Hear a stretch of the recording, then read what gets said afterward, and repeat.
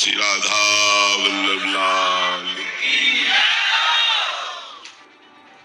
जैसे एक बार परिक्रमा लगा रहे थे तो एक लोमड़ी जिसको कुत्तों ने बिल्कुल मरणासन में छोड़ दिया था, परिक्रमा 2 बजे रात्रि के, उस समय पक्की नहीं बनी थी, धूल थी, रज थी, रज रानी में खून से लथपथ हो अंतिम समय बस बैठ गए, हाथ फिराया, राधा राधा राधा, 2-4 मिनट ही सुनाया, वो पधार गया।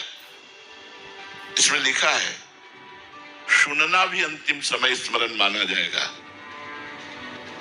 अगर कोई मर रहा है और आप उसके समीप जाकर राधा राधा राधा ऐसा सुना दिए तो जितनी यज्ञ होती है उनमें उतना फल नहीं, जितना वो फल आपको प्राप्त होगा, भगवान की कृपा प्राप्त होगी, उस जीव का काम हो गया।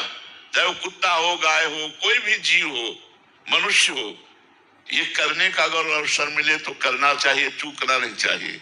कोई पशु पक्षी मनुष्य ये सुने के मरणासन में तो राधा राधा राधा राधा उसे उच्चारण करवा दे तो उसको भगवत प्राप्ति हो जाएगी। स्मरण वो स्मरण नहीं कर सकता, आपने करवा दिया, आपने राधा नाम सुना दिया।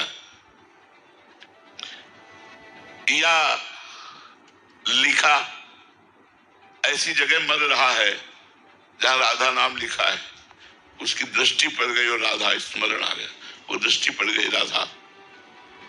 नाम सुनाना या नाम पढ़ना स्मरण मुक्त हुआ, केवल स्मरण आ जाए। और एक इसमें बड़ी कृपा की बात कही कि जैसे आप वो कोमा में चले गए, अब तो न सुन सकते हैं, न पढ़ सकते हैं, न समझ स्मरण कर सकते हैं। कोमा एक स्थिति होती है ना, प्राय अंतिम समय कोमा वाली ही स्थिति होती है, मूर्छित वाली।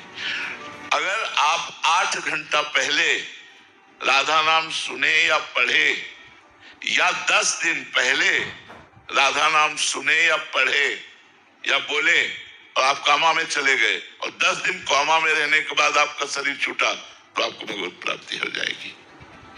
इतनी छूट है क्योंकि उसके बाद आप कुछ सोच नहीं पाए, कुछ क्रिया नहीं की, कुछ बोला नहीं, आपकी चेतना का अंतिम शब्द था राधा, या जो भी राम कृष्ण हरि भगवान का जो भी नाम, उससे भगवत प्राप्ति हो जाती।